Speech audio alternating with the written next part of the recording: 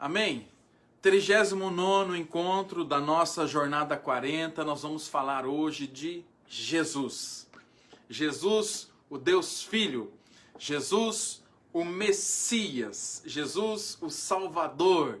Jesus, o centro da nossa fé. Jesus, o personagem principal da nossa fé.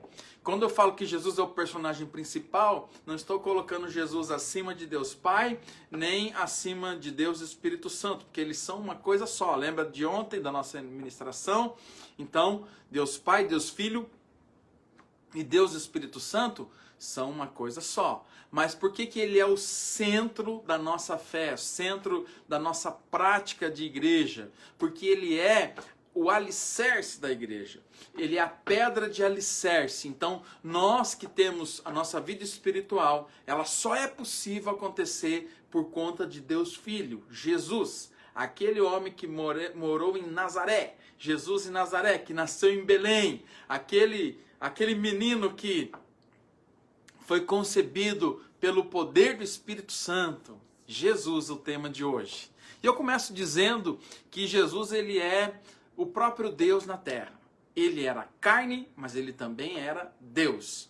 E ele está vivo. Então, quando a gente fala de Jesus, a gente não pode olhar para Jesus como uma coisa do passado. Porque Jesus, ele é uma coisa do nosso presente, da nossa vida. Porque ele está reinando, ele está governando o reino de Deus. E como ele está governando, então a gente não pode falar como alguém, no tempo. Nós podemos mencionar aqui para nós no tempo de Jesus, mas Jesus, ele está vivo, ele está vivo.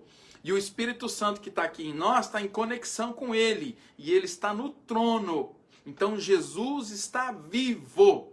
Tão vivo que ele andou aqui na terra e ele subiu aos céus. Não se encontrou restos mortais de Jesus, porque não está morto, ele está vivo. Se a gente pegar Maomé, tem um túmulo. Se a gente pegar os apóstolos, tem túmulo. Se a gente pegar José, Maria, vai ter túmulo, em algum lugar vai ter túmulo. Se a gente pegar Gandhi, se a gente pegar os pensadores, se a gente pegar os deuses, todos têm túmulo. Se a gente pegar Jesus, o túmulo está vazio.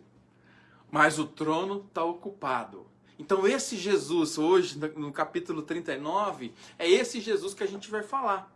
E Jesus, ele nasceu, veja só que como ele é um projeto de Deus. Então, Deus, na sua eternidade, já tinha Jesus como projeto de salvação. Então, se na eternidade Deus já conhecia presente, passado e futuro, ele já veio com o projeto de Jesus para resgatar você e eu, resgatar a humanidade. E esse Jesus, o plano de resgate, ele vem dos céus, então ele se despiu de toda a glória, a gente fala que ele se despiu, ele se abandonou aquilo que ele tinha de melhor, que já era estar nos céus, estar na plenitude do poder, e veio à terra para resgatar, veio por amor. Então, quando lá em João 10 diz assim, que Deus amou o mundo de tal maneira que deu seu Filho para morrer por nós. Então, por que Jesus, qual que é o que mais importa do que Jesus fez? A ressurreição, que foi a morte da morte. Mas para chegar na ressurreição, existe uma história, existe uma forma como Jesus chegou. E ele nasce, ele começa sendo concebido em uma mulher virgem. E é o Espírito Santo que vem e põe Jesus, a sementinha, dentro de Maria, da Virgem Maria. Então, o seu útero, a sua geração já é uma geração santa. Então, ele já não é nem concebido por um ato sexual. A concepção de Jesus já é diferente da sua e da minha. Ele já vem direto dos céus e ele é plantado dentro de Maria, que antes de ter relação sexual com José, seu noivo, que ele iria casar, que depois ela casa com ele, ela tem esse advento da gravidez. E o anjo Gabriel fala com ela, bendita és tu entre as mulheres, Maria, no teu ventre está o Messias. E também José. E José é um homem nobre que acata essa situação. Então Jesus já nasce de um ventre limpo, livre do pecado, livre da presença do pecado, da carnalidade. Então ele nasce num ambiente de simplicidade. Ele nasceu no meio de uma viagem, numa manjedoura, nasceu em Belém, nasceu porque ali começou os rumores de que chegaria o rei de Israel, ele tem que correr do rei Herodes, aí os reis vêm, visitam os reis magos. Então Jesus chega já num ambiente de simplicidade. Então veja só que a vida de Jesus foi uma vida muito simples, e assim como ele nos ensina a termos vida simples. Até um amigo meu fala assim: Fábio, vida simples é mais barato. Não queira ter vida de uma maneira que é muito caro, dá trabalho. Então o exemplo de Jesus foi esse. A vida dele era simples. E ele nasce nesse ambiente simples, mas ele já nasce num ventre abençoado, o ventre de Maria. E quando ele nasce, ele é criado, eles vão para o Egito, daí eles ficam um tempo no Egito, daí eles voltam e eles vão viver em Nazaré. Então ali ele é criado. Então quando ele é criado uma criança normal. Então do nascimento até o início do ministério com 30 anos, é pouca informação que tem de Jesus. Sabe por quê? Porque ele era uma pessoa comum. E ele estava sendo ali preparado, capacitado por Deus, foi educado por Maria, foi educado por José. Só que se o ministério dele, os milagres dele começasse na infância, ele ia chamar muita atenção. E na época a cultura de Israel era assim: só pode ser professor de alguém que tem mais de 30 anos. Então a partir dos 30 anos é que alguém teria autoridade para ensinar alguma coisa. E Jesus vem para ensinar, vem para nos mostrar.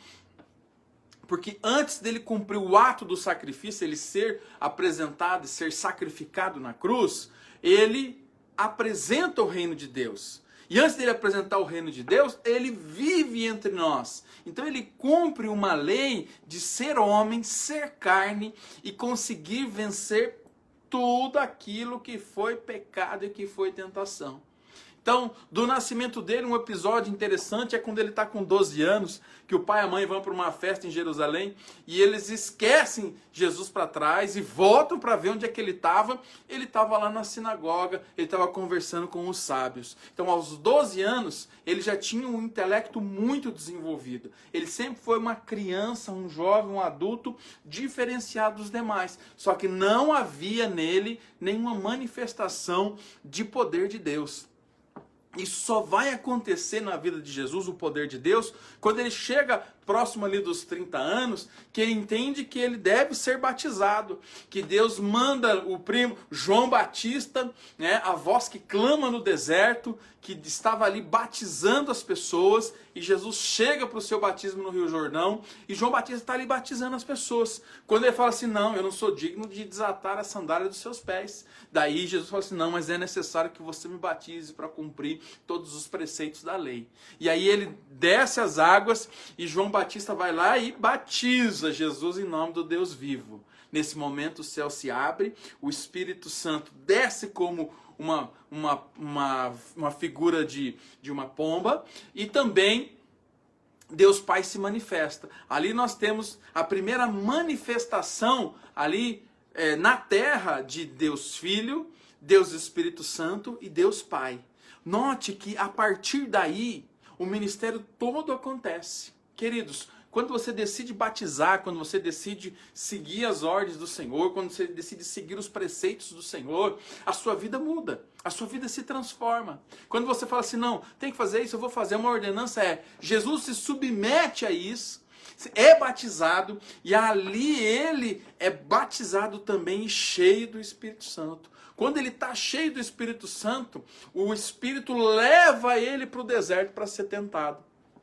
Quando leva ele para o deserto, ele já vai de cara enfrentar Satanás. Então Jesus começa o seu ministério sendo batizado e vencendo Satanás no deserto. Porque Satanás rondava e não sabia quem era o Filho de Deus. Não havia manifestação. Aí quando ele é levado para o deserto, Jesus vence Satanás. Então com 30 anos aproximadamente, Jesus vence Satanás no deserto e ele volta para a sua terra. E ele volta na unção, né? Um tempo antes ele faz o primeiro milagre dele, que é transformar água em vinho no casamento, nas bodas.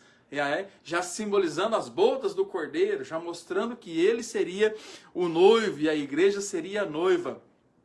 Então, quando ele volta do deserto, Jesus que ele vai enfrentar o ministério, ele volta dizendo: eu sou aquele. E ele vai numa sinagoga. Esse episódio da sinagoga é tremendo. Ele chega lá, imagina, ele chega na sinagoga, todo mundo falando sobre a lei de Moisés, o Pentateuco, o Antigo, né, o Testamento, as Escrituras. E aí ele vai em Isaías e lê a profecia do Filho de Deus, do Messias que viria. E todos estavam esperando. Ele fala assim: eu sou o Messias. Sabe o que acontece com ele? Os caras quase que batem nele. E ele tem que sair dali e ele muda de cidade. Daí ele começa o seu ministério. Quando ele anda 3 anos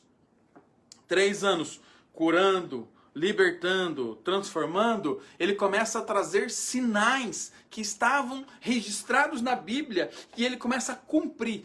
Tudo que Jesus faz tem um motivo e que fecha esse motivo com uma profecia bíblica do Antigo Testamento, que nós conhecemos como Antigo Testamento e eles conheciam como a lei de Moisés. Então, os profetas lá do nosso Antigo Testamento, falavam sobre Jesus e ele vem e começa a cumprir. Então, ele cura cego de nascença, ele cura paralítico, ele ressuscita Lázaro. Então, o ministério dele foi farto de poder e milagre. Mas o principal ministério de Jesus não era o ministério dos milagres e maravilhas. O principal ministério de Jesus foi inaugurar o reino de Deus que você faz parte, que eu faço parte hoje. Então aquele homem que naquele momento se tornou carne, mas ele era o próprio Deus em forma de carne. Ele fala assim: bem-aventurados os mansos e humildes de coração, porque deles é o reino dos céus. Ele vem com as bem-aventuranças e ele começa a falar de um reino espiritual, de um reino onde as pessoas teriam outra mente, outra forma de conduzir a vida, teriam ensinos e preceitos diferenciados, onde ele passa a fazer e ele passa a cuidar de pessoas e abençoar pessoas, até que ele prega num lugar, a pessoa estava com fome, não tinha comida, ele vai lá e faz a multiplicação de pães e peixes. Então Jesus vai cumprindo o seu ministério, ele cumpre profecias bíblicas, ele cumpre ali, ele fecha com toda a legislação da palavra de Deus para ele cumprir a obra. Então, quando ele vem nesses 3 anos, ele está cumprindo rigorosamente todas as profecias faladas por Deus Pai, através dos profetas, e ele cumpre todas as exigências. Ele levanta 12 homens para serem ali os seus apóstolos, ele instrui, ensina muita gente, e ele se torna a grande pedra base da nossa vida espiritual. E ele vai e ele encara o sacrifício, porque precisaria fazer o sacrifício para atender a legislação de Deus. O próprio Deus manda o sacrifício. Lembra lá quando Abraão vai imolar o seu filho e Deus proveu o cordeiro?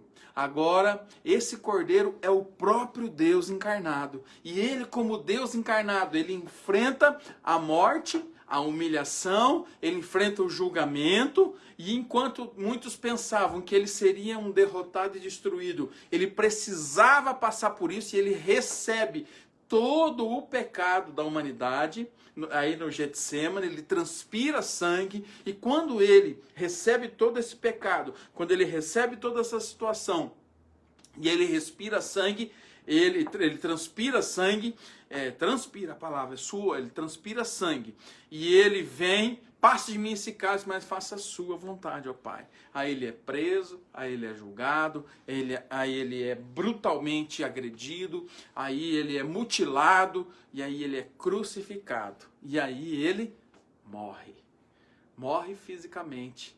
E aí ele fica 3 dias, eles colocam Jesus dentro da sua... do ambiente ali onde ele seria sepultado, o corpo dele começa a ser preparado, mas ao 3º dia ele não está mais lá. Nesses 3 dias ele vence a morte, porque a morte não conseguiu segurar, porque ele nasceu já desde um ventre sem pecado, e ele viveu a vida toda sem pecado. Portanto, aquela palavra em que aquele que pecasse seria condenado à morte, essa palavra para ele deixa de existir. Deus cria uma vírgula na sua legislação, mas eu mesmo vim e não tinha pecado. Então, a palavra da morte, que pecaram, destituídos da glória de Deus, estão condenados a morrer eternamente, morrer espiritualmente, Jesus vem e morre também, é sacrificado também. Ele é o sacrifício perfeito de Deus. Só que ele está no estado de morte, mas a legislação não funciona nele.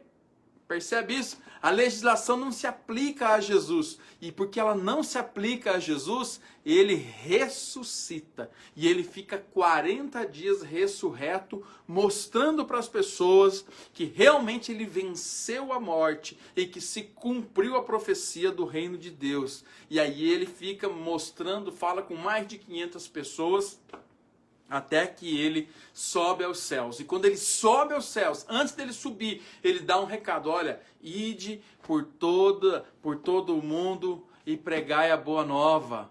Aqueles que crerem e forem batizados serão salvos.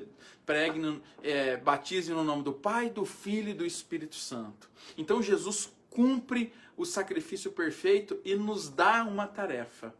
E ele, diante de Deus, ele é assunto aos céus, ele sobe aos céus, ele assenta no trono de glória, onde ele reina. Por isso que a gente tem que lembrar que Jesus está vivo. Jesus não está lá na cruz. A cruz foi um episódio, é o sangue dele que nos dá autoridade, mas a autoridade que ele conquistou, ele está exercendo no governo, ele está no mandato. O mandato de Jesus é eterno. Não tem eleição lá para ver quem vai mandar agora, não. Está mandado. Então a gente se posicionando nele, ele vai nos trazer vida. Ele vai nos trazer vida em abundância. Quando ele sobe aos céus, ele dá para mim, para você, a mensagem do ID. Então, Jesus, ele é Deus, ele é Messias, ele é o Cristo, ele reina. Jesus, ele é o Filho de Deus. Lembra que a relação de Filho de Deus não é de pai e mãe. Até eu falei ontem, Jesus não é filho de uma cruz de Deus Pai com Deus Espírito Santo. Reconsidera essa posição, porque Deus Pai é o Criador.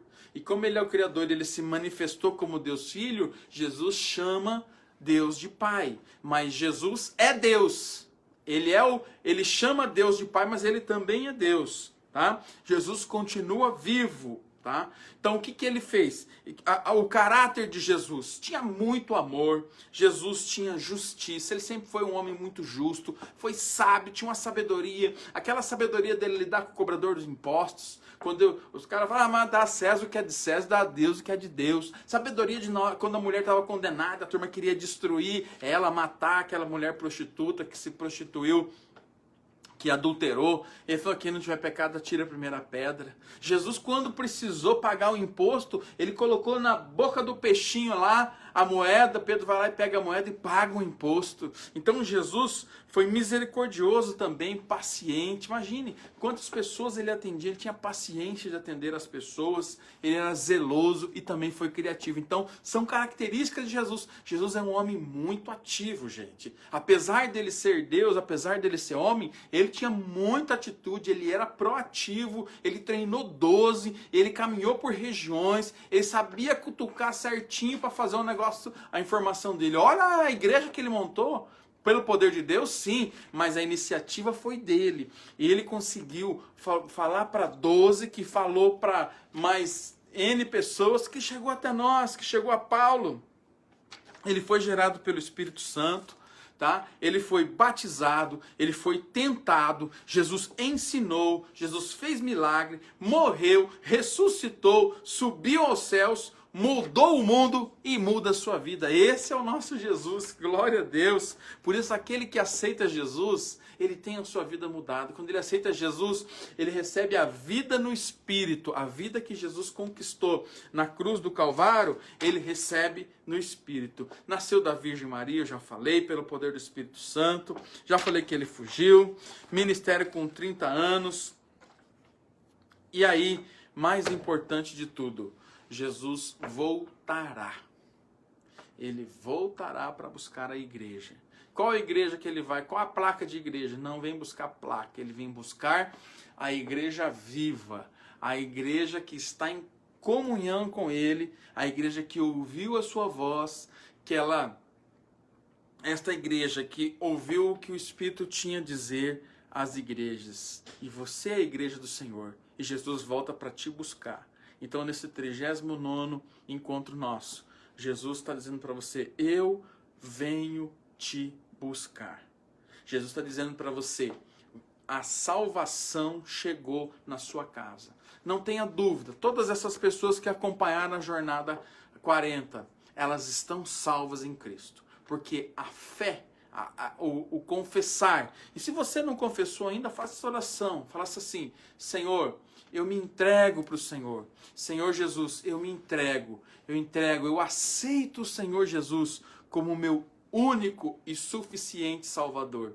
Isso é aceitar Jesus. Escreve o meu nome no livro da vida e vem morar em mim. Nesse momento, quando você faz essa oração, a salvação chega na tua casa. E quando a salvação chega, ela não sai mais, a não ser que você renuncie a isso tudo.